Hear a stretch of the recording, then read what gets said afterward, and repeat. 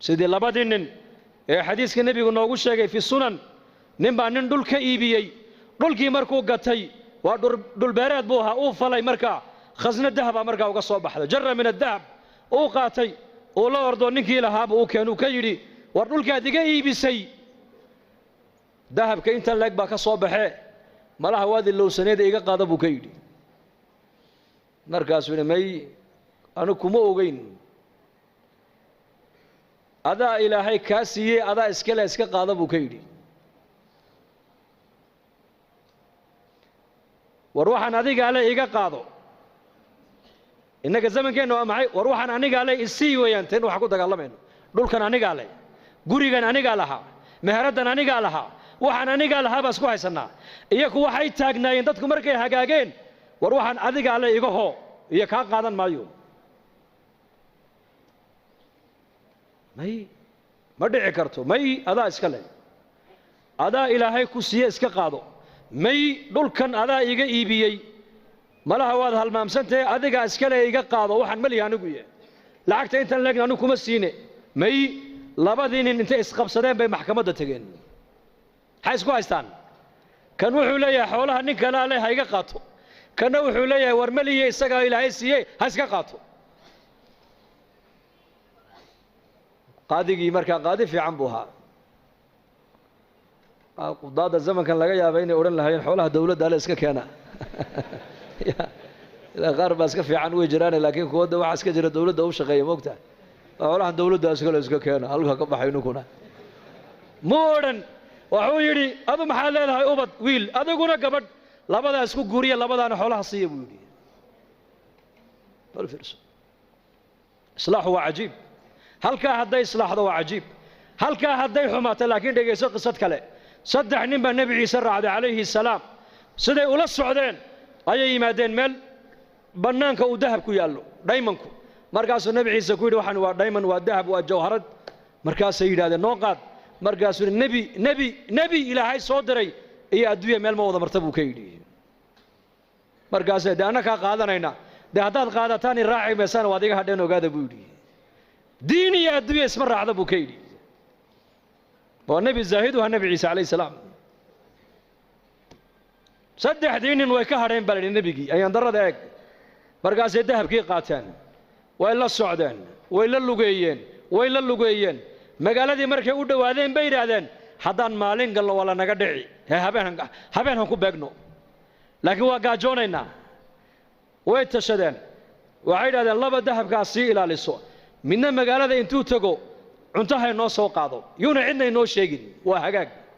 kolku ka dhaqaaqay labadii dahabka ku hadhay ilaa shaydaankiiba dhiigga bini'aadamka dhex socdee ayaa wuxuu yidhi mid walba midka kaluu ku yidhi dahabkan labadeena buu nagu fiican yahay ninka markuu yimaado aniguna waan la hadlay waan jeedin adiguna midida halka ka gali maydkiisana bahasha ha ku ridno ha ku aasno dahabkana labadeena ha kala qaadano marxaba kiina uu sii socdaa shaydaanka isagana dhiiggiisa ku dhex jiro wuxuu ku yidhi dahabkan adiga uu kugu fiican yahay cuntada intaada soo cun ayakana u soo sumee markay dhintana dahabka iska qaado maxaa ka dhacay kula tahay meeshaas uu yimiday cuntadiiba u dhigay isagii bay khaarijiyeen cuntadii bay cuneen iyagiina way iskaarijiyeen nabiyullaahi ciisa calayhi salaam ayaa soo maray dahabku halkii yaalla iyo saddexdoodii oo mayda markaasuu xawaariyiintii ku yidhi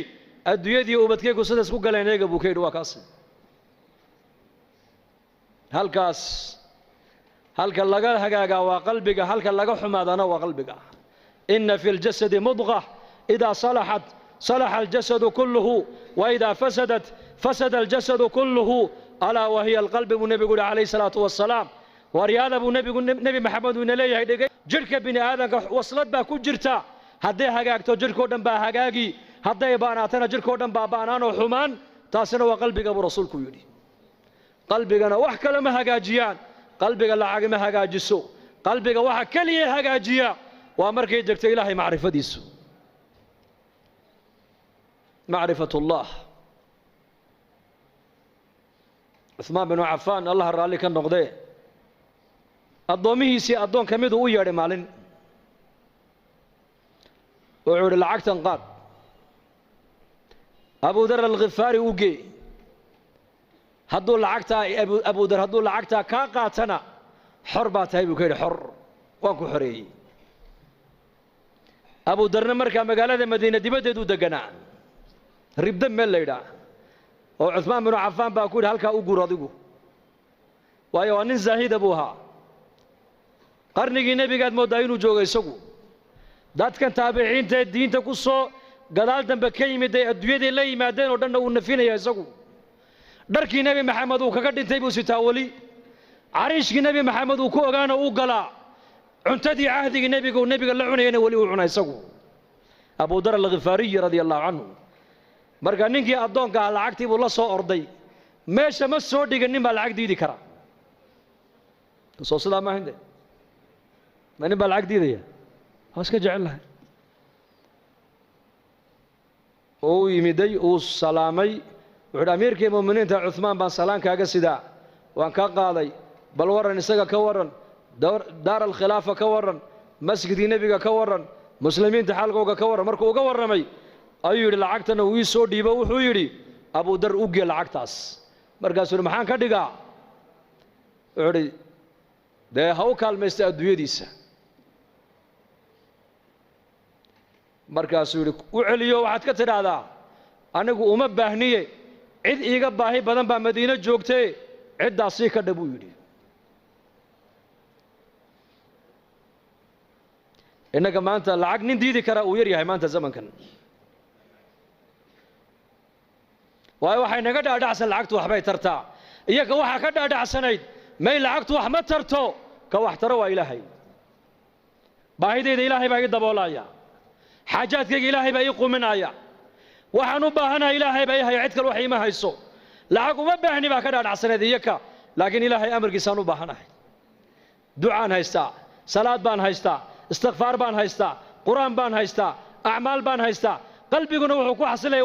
waa diin weyn adduunyo maaha markaasuu ninkii yaabay war iska qaado may u celi markuu arkay inuu ninka lacag uunan u jeedin uu qaadanayn ay runta u sheego wuxuu ku yiri amiirka wuxuu igu yiri hadduu Abu Dar lacagta ka qaato xor baa tahay buu igu yiri ar walaal adoonnimada han ka baxe i xoreeyo lacagtan iga qaado buu ka yiri markaasuu ka qaadan maayo waxa doonto akhri markaasuu origa qaado oo in naxariiso maxaa kuugu naxariistaa haddaa lacagta iga qaadato waan xoroobay buu ka yiri wuxuu ku yiri Abu Dar dhageyso hadalku ku yiri eeg haddaad adigu qaadashada lacagta aan ka qaaday aad ku xoroobayso anna adoon baan ku noqonayaa buu yiri marka halka adoo aad ka baxday inaan anu galo ma jecli buu ka yiri anu adoon xor aan ahay buu xor bas oo yaabay ninkii lacagta isagoo wada Usmaan u keenay wuxuu yiri waad ogeyd markaad igu lahayd hadduu lacagta ka qaato xor baa tahay waad ogeyd ninkan inuu yahay nin aakhiro nin adduunyo u jeeda maaha Abu Dar al-Ghifari lacagta daliili mayno ha shaqaysan qofka muslimka lama leh laakiin adduunyada gacanta ku hayso diintaadii aakhiradaadana qalbigaaga ku hayso maanta adduunyadii iyada maanta adduunyadii nafuushay saxaabadu adduunyada sida faraska loo fuulo ayay u fuushanayeen iyagu adduunyada iyaga fuushanaa innakana maanta adduunyadii bay nafuushay maanta waa ka tukan kari laanahay diintii baan ka baran kari laanahay diinteenni waqti ku bixiyay bay culimadu leeyihiin waqti waa ku bixin kari laanahay maxayna haysta waxayna haysta waa adduunyo maxay kula doonaysaa adduunyadu inaad iyada la joogto bay doonaysaa hay ka tageen bay adduunyada ku leedahay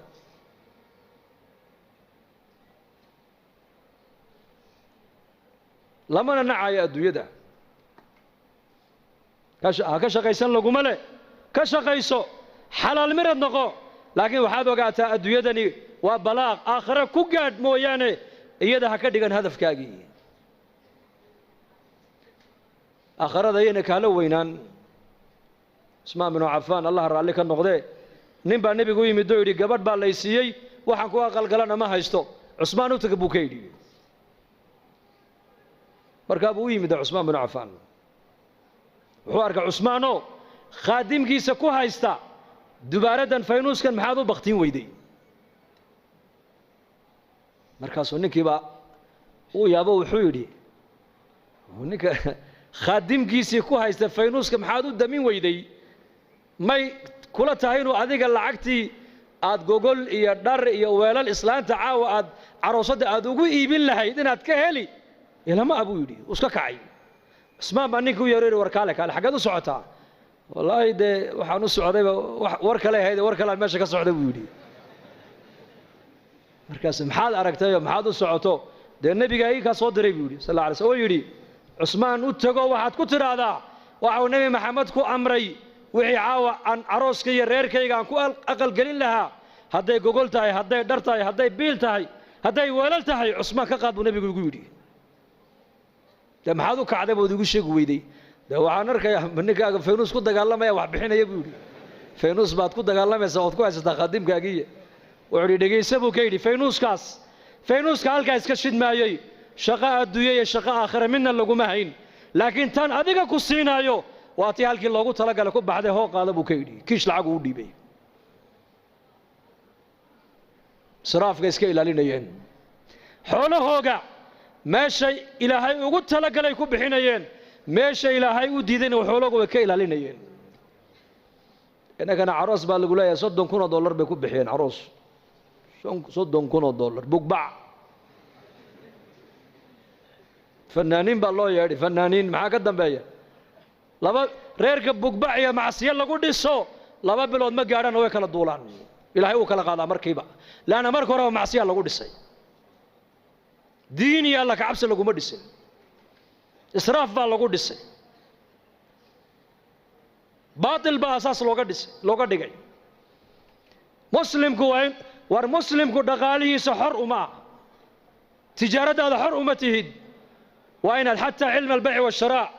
علم البيع والشراء علماء قالوا يويدي عمر بن الخطاب سوق مدينة انتو قالوا أورنجري لا يبيع في سوقنا هذا إلا من تفقه الدين ورياض السوق يقع نوح كوي بن كرام مجرب عمر أورنجري إلا نن مسجد النبي انتو تقي علم البيع والشراء علماء كصبر تيمو يعني إنك أنا ما أنت عيد والبقى نعصب بالوضوء تشين يا تايلاند بلغوا الدولي هبري با سعودة كلها تشين هاو سعودة حاجة سعودنا war muumin waxa la doonayaa inaad noqoto muumin labada indhood ee kugu taala ilaa adduunyadaada ku eego ilaa aakhiradaada ku eego aakhiradaada inay adduunyada ku seejin adduunyadani waa in yar waxaan joogaynaa in yar walaalayaal intaa yar aan joogno ilaahay aan kaga baqno oo diin aan ka qaadano oo diinteena aan baranno oo diinteena aan ka shaqeyno oo zaman adag baa lagu jiraa zamankee lagu jiraa المتمسك بدينه كالقابض على الجبر ابو نبي قولي والزمن النبي محمد سي شيغي كون يا 400 سنه كهر نيجا دينتا مالنتا يرادا وان حجسن waxa uu ka dhignaan doona nin dhamac loo dhibay buu rasuulku yiri bulshada ku nooshay maanta eeg waa mujtamac khayrkoogu yaraaday sharku batay meeshaadu baxdaba ishaadu waxay ku dhacaysaa ma wax ilaahay ka farxiya mise wax ilaahay ka cadhaysiya مجتمع ومجتمع قفكو هدوير هذا ما أنت صنع النبي كفر عليك وأتكان يسألون قبصده إلهي ودب يريمو يعني مركز زمن هذاك بنكو جرنا وحن كقبت بعدين ومحي رجوع إلى الدين إن الدين تنوصل نقولنا ودذلك الدين تاع علماء مر والبين نوقف باقيان مساجد اللي قلنا هذين أيو مراكز اللي قلنا هذين أيو مدارس اللي قلنا هذين أيو اجتماعيات الله قبنا يا أمد الله كل لو فكرها يو ورددا الكادين هذا ما أنت عالم كالسعودة للرباع عامدي إنه إنه علماء أنت قرب جوكسته أن ملك اللي أود جسد إن شاء الله ده هذا تام قدونا ددا الكادين تا بس دقيستيال وناكسن ما نقولنا يا دقيستو وناكسن لو حكوا وناكسن دقيستوا من الدين ويان لكن وحال الله إن النقطة أديك الله قربا إن الدين تقيبت هذا وكقاضته وتكقاضن كرتا صحابة رسولكو نول بسلاحية دي لهي وقليي ومدوكو أنفعي كي علم لها علمك ومدو وحكو تري كي دغال لها دغالو ومدو وحكو تري كي رغنما لها رغنما ومدو وحكو تري كي وجاهد لها وجاهد دي سوء ومدو وحكو تري اسماء بن عفان عمر بن نبي قدري مكة مركز صلح الحديبية وكعذر دارت عمر وعدانيك ما يقول عثمان باكون مناسبة بيقولي عثمان باكون مناسبة عثمان بن نبي قدري دل ورنتي عثمان هذا قلت khaalid bin waliid geesinimadii raganimaduu lahaa ummaddu wax ku taray maalintuu soo islaamay buu nabiga seefta u keenay seeftan iga qaba buu yidhi ilaahina dembi dhaaf ii weydii maxaan kaaga qaadaa seefta ii sheeg intaasoo muslimiina ku laayay buu ka yidhi kaa qaadi maaye intaad muslimiin ku laysay in ka badan inaad cadowga ilaahay ku leysaan kaaga rajayne qaada buu yidhi seeftoo ilaahay diintiisa u jihaad raganimadiiba xagga kale loo bedelay bas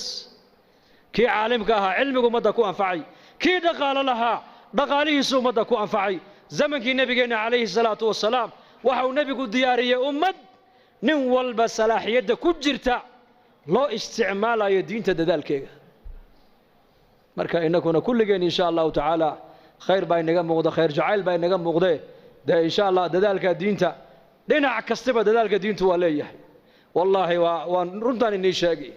macallinka qur-aanka dhigaya dadaalka diinta qaybtiisii buu ka hayaa sheekha masaajidka darsiga ummadda marinaya dadaalkii diinta qaybtiisii buu ka hayaa jamaacadada ilaahay dartii u socda qaybtoodii bay diinta ka hayaan muxsinka dhaqaalihiisa masaajidda iyo madaarista ku dhisaya diinta qaybtiisii buu ka hayaa qofka muslimku diinta intuu ka qaadan karo uu ka qaadan karaa wactasimuu bixabli illaahi jamac baa la sheegay jamac hal nin kastoo muslima diintaasi wax waad u qaban kartaayo war u qabo kelimadda wanaagsan buu nebigu yidhi waa sadaqad kelimadda wanaagsan dariiqa muslimiintu ay maraan ninkii ka gooya geedka buu nebigu yidhi hee jannaduu galay buu rasuulku yidhi jannadaan ku arkay buu yidhi haweenaydii masjidka nebiga marka laga dareeray imanaysay ee ka qaadaysay maaragtaanay waxa masjidka nebiga ku daatay ka qaadaysay markay dhimatayna waa laga qariyo nebiga looma sheegina waa la aasay markaa buu nebigu yidhi jannadaan ku arkay buu yidhi jannadaan ku arkay jannadaan ku arkay maxaad iigu sheegi weydeen buu nebigu yidhi khayrku yaryaraysi ma leh marka waan inagu dheereeyey insha allahu tacaala wixii wanaag iyo khayr soo dhex marina ilaahay bay soo dhex mariyey anigana miisaanka xasanaadka allah ii saaro ikhlaaskana allah noo wada ziyaadiyo culimmadana soo dhaweysana waxaan leenahay jazaakum allahu khayr sheekh maxamed waxaan leenahay margeysa anu marti kuma hiya waan deganahay ya deganahay ma sha allah ciyaalkii reerkii oo dhan baa jooga marka allahna naga wada raali noqdo kulligeen hada وصلى الله على سيدنا محمد بسم الله الحمد لله ثناء لله والصلاة والسلام على رسول الله صلى الله عليه وسلم اللهم اقسم لنا من خشيتك ما تحول به بيننا وبين معاصيك ومن طاعتك ما تبلغنا به جنتك ومن اليقين ما تهون به علينا مصائب الدنيا متعنا اللهم بأسماعنا وأبصارنا وقواتنا أبدا ما أبقيتنا واجعله الوارث منا واجعل ثارنا على من ظلمنا وانصرنا على من عادانا ولا تجعل مصيبتنا في ديننا